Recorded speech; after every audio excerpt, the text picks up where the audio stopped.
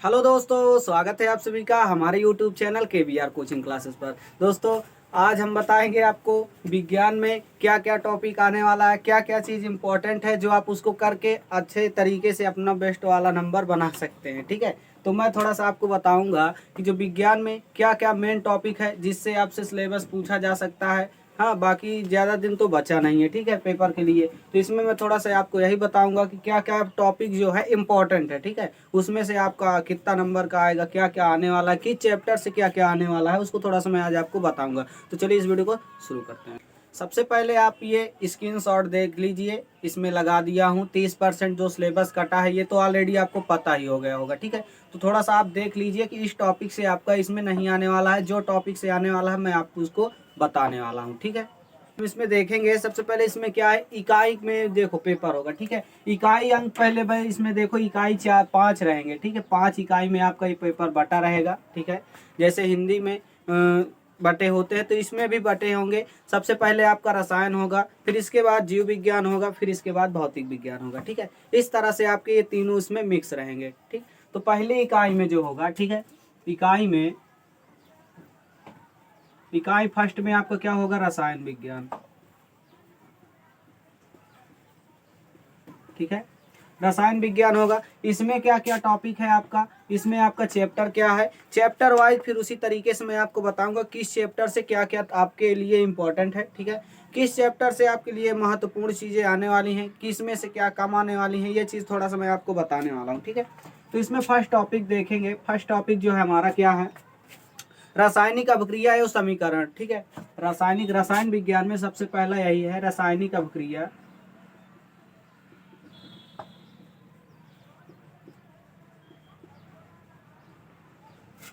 एवं समीकरण। ठीक है, इस टॉपिक से आपसे क्या क्या पूछा जा सकता है थोड़ा सा मैं आपको बता दूं कि इसमें से आपका सबसे पहले कि इसमें नाम से ही पता चल रहा है क्या क्या करना है हमको, रासायनिक अभिक्रिया और समीकरण। पहले इसमें आपकी कोई अभिक्रिया दे दी जाएगी। ठीक है, और या तो उसका समीकरण दे दिया जाएगा, उसको आपको संतुलित करना है या बनाना है। इस टाइप से आपका ये पूछा जाएगा, 2-4 नंबर का शायद है कि आपसे ये पूछ ले, और ये आपके लिए इम्पोर्टेंट है। ठीक है, इसमें से फिर मैं आपको और बताऊंगा कि इसमें से जो बेसिक चीज़ें हैं उनको क्या क्या पूछ सकता है। थोड़ा सा मैं टॉपिक वाइज लिख देता हूँ, फिर इसके बाद इसमें समझेंगे। देखो दूसरा चैप्टर आपका क्या है, अम्ल क्षार एवं लवण। ठीक है, अम्ल क्षार एवं लवण। ठीक है, इस चैप्टर से आपसे थोड़ा सा क्या क्या पूछा जाएगा इसको मैं बताऊंगा। फिर अगला चैप्टर है आपका धातु अधातु। इसमें से आपका क्या क्या पूछा जाएगा, है ना, धातु अधातु। भाई जो चीज़ मैं बताऊंगा, ठीक है, वो अपने हिसाब से मतलब कि यही चीज़ मैं आपको बताऊंगा कि इसमें से आपसे ज़्यादा तक पूछा जा सकता है, क्या क्या पूछा जा सकता है, वही बेसिस में आपको बता रहा हूँ। ठीक है, हालांकि यही चीज़ आपसे पेपर में पूछी जाएंगी। ठीक है, जो चैप्टर कटा है ऑलरेडी आपने देख ही लिया होगा। ठीक है, और जो चीज़ नहीं कटा हुआ है, जो जो सिलेबस में हमारा दिया हुआ है, इसी से हमें पूछना है। पर कौन किसमें से कौन चैप्टर से ज़्यादा तक पूछा जा सकता है, ये संभावना क्या है ज़्यादा पूछने की। ठीक है, तो मैं आपको पहले से बता दूं भाई, अगर 20 नंबर का इसमें का होगा, ठीक है, जैसे 20 नंबर का रसायन हो गया, 20 नंबर का जीव विज्ञान हो गया। ठीक है, तो आपका इसी तरह से 30 नंबर का भौतिक विज्ञान से आ जाएगा। ठीक है, या तो 25 इसमें से, 25 इसमें से। ठीक, 25 रसायन, 25 से भौतिक, 50 हो गया, 20 नंबर का आपका जीव विज्ञान। इस टाइप से आपसे प्रश्न को बना के पूछा जा सकता है। ठीक है, और अगला चैप्टर है कार्बन तथा उसके यौगिक। ठीक है, कार्बन तथा उसके यौगिक, और फिर इसके बाद है तत्वों का आवर्ती वर्गीकरण। ठीक है, अगला है तत्वों का आवर्ती वर्गीकरण। ठीक,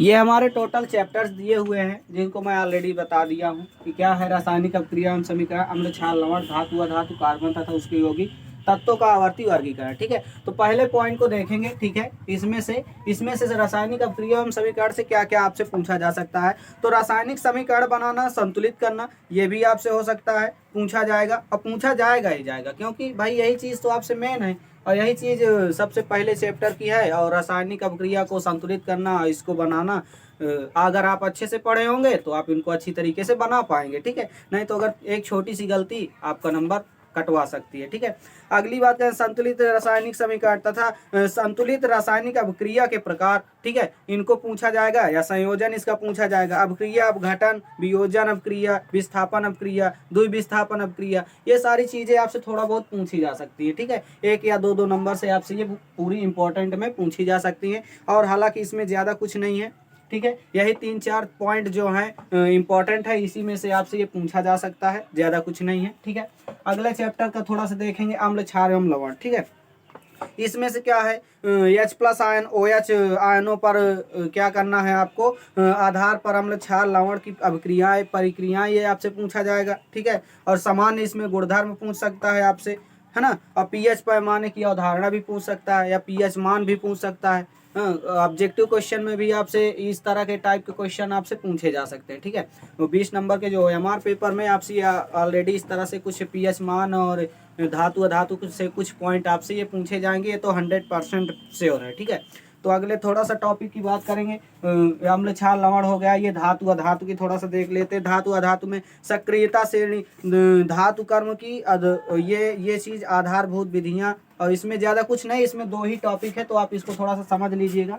अगर आपके पास क्वेश्चन बैंक है थोड़ा सा आपका बेस्ट रहेगा, पर मैं बेस्ट पार्ट आपको बता सकता हूं कि इसमें से क्या क्या पूछा जाएगा। जैसे एक लड़के ने हमसे पूछा कि सर ये बताइए कि मतलब क्वेश्चन बैंक में हम क्या क्या उसमें से पढ़ लें कि जो हमें पेपर में आ जाए, तो उससे यही चीज़ सलाह दिया कि भाई अगर विज्ञान की इतनी मोटी बुक को अगर कोई इतनी मोटी कर रहा है, ठीक है, इतनी पतली बना रहा है, ठीक है, तो उसमें क्या वही चीज़ तो सारी इंपॉर्टेंट है। अब उसमें तुम फिर से इंपॉर्टेंट ढूंढ रहे हो, तो इसका मतलब तुम बहुत नीचे में हो। ठीक है, तो उसमें से मैं बेस्ट पार्ट बता रहा हूँ, फिर मैंने उसको बताया ठीक है ये कर लेना, इसमें से शायद है कि आ सकता है। ठीक है, तो आप इसको थोड़ा सा समझ लीजिएगा। अगला पॉइंट है कार्बन तथा उसके यौगिक। इसमें से आपका क्या पूछेगा, कार्बनिक यौगिक संयोजक अबंध, कार्बन की गुणवत्ता, कार्बन की यौगिक, हाइलोजन एल्कोहल कीटोन, इस तरह के समूह आपसे पूछा जाएगा। आपसे आईयूपीएसी भी पूछ सकता है। ठीक है, वो तो सबसे इम्पोर्टेंट है भैया, आईयूपीएसी जो है वो सबसे इम्पोर्टेंट है, पूछ सकता है, किसी का दे देगा तो उसको बनाना पड़ेगा आपको। ठीक है,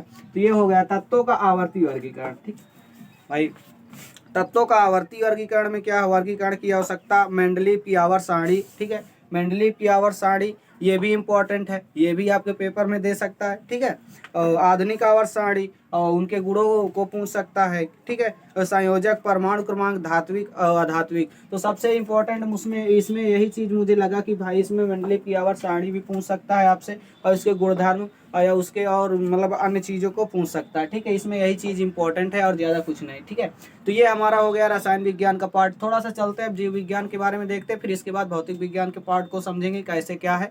तब तक पूरा वीडियो आपको देखना है। ठीक है, अगले पॉइंट में ये हमारा दिया हुआ है इकाई 2 है, फिर ये इकाई 3 है। ये पॉइंट में इसी में भौतिक विज्ञान में ये इकाई 4 हो जाएगा, फिर ये वाला पॉइंट हो जाएगा इकाई 5 आपका। ठीक है, तो टोटल तो 3 ही पार्ट है, इसमें 5 इकाई में इसलिए बनाया है। देखो 20 नंबर का आपका ये होगा। ठीक है, 20 नंबर का जीव विज्ञान से पूछा जाएगा, ये तो ऑलरेडी उसमें था। अब की बार OMR सिस्टम है, तो इसमें से शायद कुछ नंबरों को घटा सकता है। ठीक है, इसमें भी से कुछ नंबर को काट के इसमें से और उसमें से काट के टोटल करके उधर OMR में एडजस्ट कर देगा। ठीक है, इस टाइप से ये पीछे वाले सिस्टम से मैं पीछे वाले पेपर से मैं आपको थोड़ा सा समझा रहा हूँ कैसे क्या है। तो पहले तो इसमें 20 नंबर का ये दिया जाता था, और 25 का ये, 25 का वो, 50 हो जाता, 20 या 70। ठीक है, तो OMR होगा तो थोड़ा सा इसमें से कटौती हो जाएगी। ठीक है, तो पहला पॉइंट है जैव प्रक्रम जीव विज्ञान का। इसमें के सारे पॉइंट इंपॉर्टेंट है, इसमें को आपको कुछ नहीं छोड़ना है। छोटा सा चैप्टर है, इसको आपको पूरा समझ के जाना है कैसे क्या करना है। फिर इसके बाद जीव जनन कैसे करते हैं। भाई जैव प्रक्रम में क्या है, संजीव पौधों में, जंतुओं में पोषण, श्वसन, परिवहन, यही सब चीजें हैं। तो इसमें से छोटा सा पॉइंट है, तो इसमें से आपको क्या करना है, पढ़ के जाना है। इसमें से आपका पूरा अगर आप इसको पढ़ लेंगे थोड़ा सा आपको बेनिफिट रहेगा। इसमें जंतुओं के पौधों में प्रजनन, जंतु और पौधों में प्रजनन, ये प्रजनन भी आपसे पूछेगा।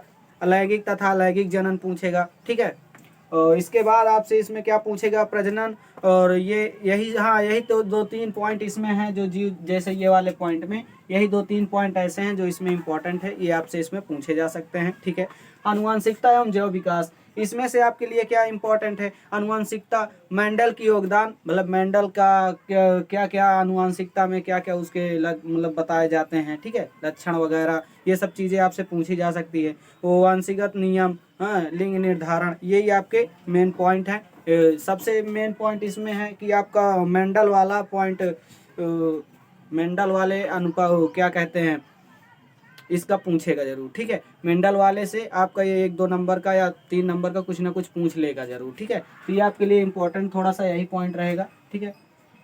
मेंडल ने मटर के पौधे पर प्रयोग किया था ना, ऐसे कुछ करके। तो ये हमारे इसमें के पॉइंट हो गए।